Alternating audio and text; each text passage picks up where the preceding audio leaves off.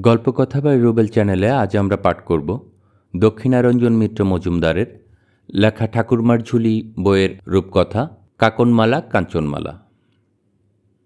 এক রাজপুত্র আর এক রাখাল, দুজনে বন্ধু।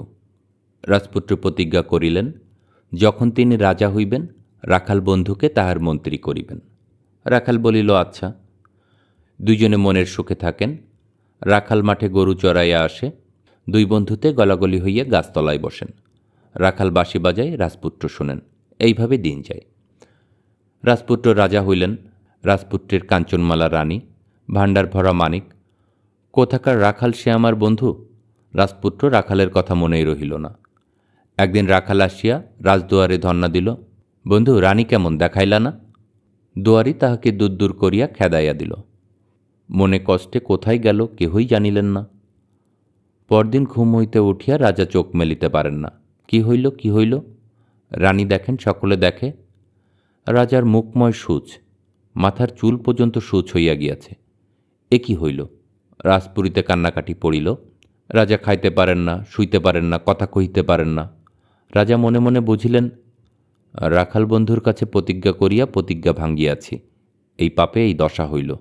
কিন্তু মনের কথা কাহকেও বলিতে পারিলেন না। সুচ রাজার রাজসংসার অচল হইল। সুচ রাজা মনের দুঃখে মাথা নামাইয়া বসিয়া থাকেন। রানী কাঞ্চনমালা দুঃখ কষ্টে কোনো রকমে রাজত্ব চালাইতে লাগিলেন। একদিন রানী নদীর ঘাটে স্নান করিতে গিয়াছেন। কাহার এক পরমসুন্দরী মেয়ে আসিয়া কহিল, রানী যদি দাসী কিনেন তো আমি দাসী হইব।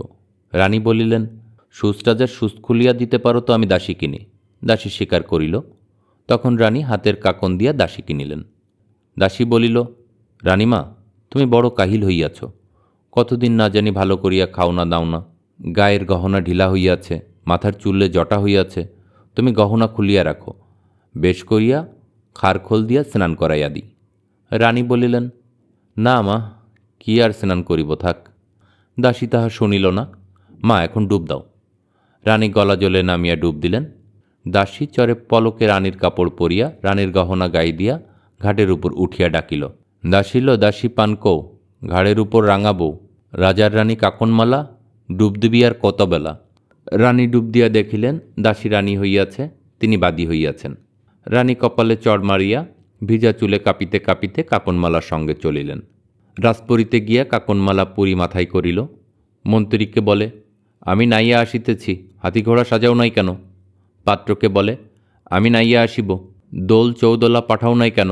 মন্ত্রীর পাত্রের গরদান গেল। সকলে চমকিল, এ আবার কি? ভয়ে কেহ কিছু বলিতে পারিল না। কাকনমালা রানী হইয়া বসিল, কাঞ্চনমালা দাসী হইয়া রহিলেন। রাজা কিছুই জানিতে পারিলেন না। কাঞ্চনমালা আস্তা কুড়ে বসিয়া মাঠ কোটেন আর কাঁদেন। হাতের কাকন দিয়া কিনিলাম দাসী, সেই হইল রানী, আমি হইলাম বাদী।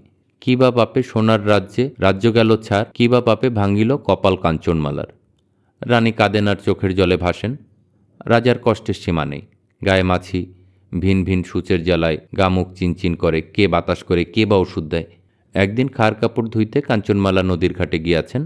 দেখিলেন একজন মানুষ একটা সুতা লইয়া গাছতলায় বসিয়া বসিয়া বলিতেছে, পাই 1000 সুচ তবে খাই তরমুজ, সুচ পেতাম 5000 তবে যেতাম হাট বাজার, যদি পাই লাখ তবেই দেব রাজ্যপাট। রানী শুনিয়া আস্তে আস্তে গিয়া বলিলেন, কে বাছা সুচ চাও? আমি দিতে পারি। তা সুচ কি তুমি তুলিতে পারিবে? শুনিয়া মানুষটা চুপচাপ সুতুর পুটুলি তুলিয়া রানীর সঙ্গে চলিল। পথে যাইতে যাইতে কাঞ্চনমালা মানুষটির কাছে আপন দুঃখের সব কথা বলিলেন। শুনিয়া মানুষ বলিলেন, আচ্ছা। রাজপুরীতে গিয়ে মানুষ রানীকে বলিলেন, রানীমা রানীমা, আজ পিঠা কুটুলির ব্রত, রাজ্যে পিঠা বিলাইতে হয়। আমি লাল সুতা নীল সুতা রাঙায়া দিই, আপনি আঙ্গিনায় আলপনা দিয়ে পিড়ি সাজায়া দেন। ও দাসী মানুষ জোগাড় জোগাড় দিক। রানী আহ্লাদে আটখান হইয়া বলিলেন, তা কেন? হইল দাসী, দাসীও আজ পিঠা করুক। তখন রানী আর দাসী দুইজনে পিঠা করিতে গেলেন। ওমা, রানী যে পিঠা করিলেন, আজকে পিঠা, চাষকে পিঠা আর ঘাসকে পিঠা। দাসী চন্দ্রপুরী, মোহনবাসী, ক্ষীর মুরুলি, চন্দনপাতা এইসব পিঠা করিয়াছেন। মানুষ বুঝিল কে রানী কে দাসী। পিঠে সিঠে করিয়া দুইজনে আলপনা দিতে গেলেন। রানী এমন চাল বাটিয়া 7 কলস জলে শুকাইয়া একগোছি সোনের নড়ি ডুবাইয়া সারা আঙ্গিনা লেপিতে বসিলেন।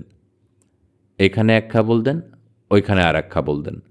দাসী আঙ্গিনার এক কোণে একটু ঝুরঝুর দিয়ে পরিষ্কার করিয়া একটু চালের গুঁড়ায় খানিকটা জল মিশাইয়া এতটুকু ন্যাকড়া ভিজাইয়া আস্তে আস্তে পদ্মালতা আঁকিলেন। পদ্মালতার পাশে সোনার 7 কলস আঁকিলেন। কলসের উপর চূড়া, 2 দিকে ধানের ছড়া আঁকিয়া ময়ূর পুতুল, মা লক্ষ্মীর সোনা পায়ের দাগ এসব আঁকিয়া দিলেন।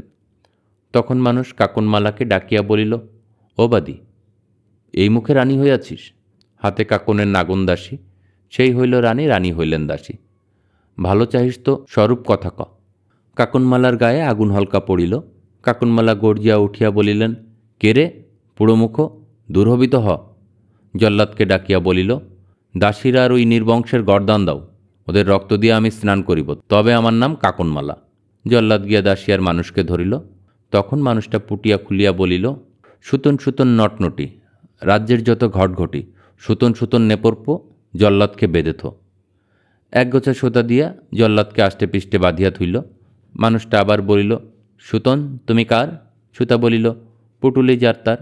মানুষ বলিল, যদি সুতন আমার খাও, কাকনমালার নাকে যাও। সুতোর 2 গুটি গিয়া কাকনমালার নাকে ঢিবি বসিল। কাকনমালা ব্যস্ত মস্তে ঘরে উঠিয়া বলিতে লাগিল, দুয়ার দাও, দুয়ার দাও, এটা পাগল, দাসী পাগল নিয়ে আসিয়াছে। পাগল তখন মন্ত্র পড়িতেছে, সুতন সুতন সুরুলি, কোন দেশে ঘর, সুচ রাজার সূচে গিয়ে আপনি পর। দেখিতে না দেখিতে হিল হিল করিয়া লাখ সুতো রাজার গায়ের লাখ সূচে পড়িয়া গেল। তখন সূচেরা বলিল, সুতার পরাণ সিলি সিলি, কোনো ফুরন্দি। মানুষ বলিল, নাগনদাসী কাঞ্চনমালার চোখ মুখুটি। রাজার গায়ের লাখ সূচ উঠিয়া গেল। লাখ সূচে কাঞ্চনমালার চোখ মুখ সেলাই করিয়া রহিল। কাকনমালার যে ছটফটি, রাজা চক্ষু মেলিয়া দেখেন রাখাল বন্ধু। রাজায় রাখালে কোলাকুলি করিলেন। রাজার চোখের জলে রাখাল ভাসিল, রাখালের চোখের জলে রাজ্য ভাসিলেন। রাজা বলিলেন, বন্ধু, আমার দোষ দিও না, শতজন্ম তপস্য করিয়াও তোমার মতো বন্ধু পাইব না। আজ হইতে তুমি আমার মন্ত্রী, তোমাকে ছাড়িয়া আমি কত কষ্ট পাইলাম, আর ছাড়িব না। রাখাল বলিল, আচ্ছা, তা তোমার সেই বাঁশিটি যে হারাইয়া ফেলিয়াছি, একটি বাঁশি দিতে হইবে। রাজা রাখালকে সোনার বাঁশি তৈরি করিয়া দিলেন। তাহার পর সূচের জ্বালায় দিনরাত ছটফট করিয়া কাকনমালা মরিয়া গেল। কাঞ্চনমালার দুঃখ ঘুচিল। তখন রাখাল সারাদিন মন্ত্রীর কাজ করেন। রাত্রে চাঁদের আলোতে আকাশ ভরিয়া গেলে রাজাকে লইয়া গিয়া নদীর সেই গাছের তলায় বসিয়া বাঁশি বাজান। রাজা গলাগলি করিয়া মন্ত্রী বন্ধুর বাঁশি শোনেন। রাজা রাখাল আর কাঞ্চনমালার সুখে দিন যাইতে লাগিল। গল্পপাঠ ভালো লাগলে চ্যানেলটি সাবস্ক্রাইব করুন। আর আপনারা কী কী গল্প শুনতে চান কমেন্ট বক্সে লিখুন। পরিচিতজনদের সাথে এই গল্প ভালো লাগলে শেয়ার করুন। আবার দেখা হবে নেক্সট কোনো পর্বে, ততক্ষণ ভালো থাকুন।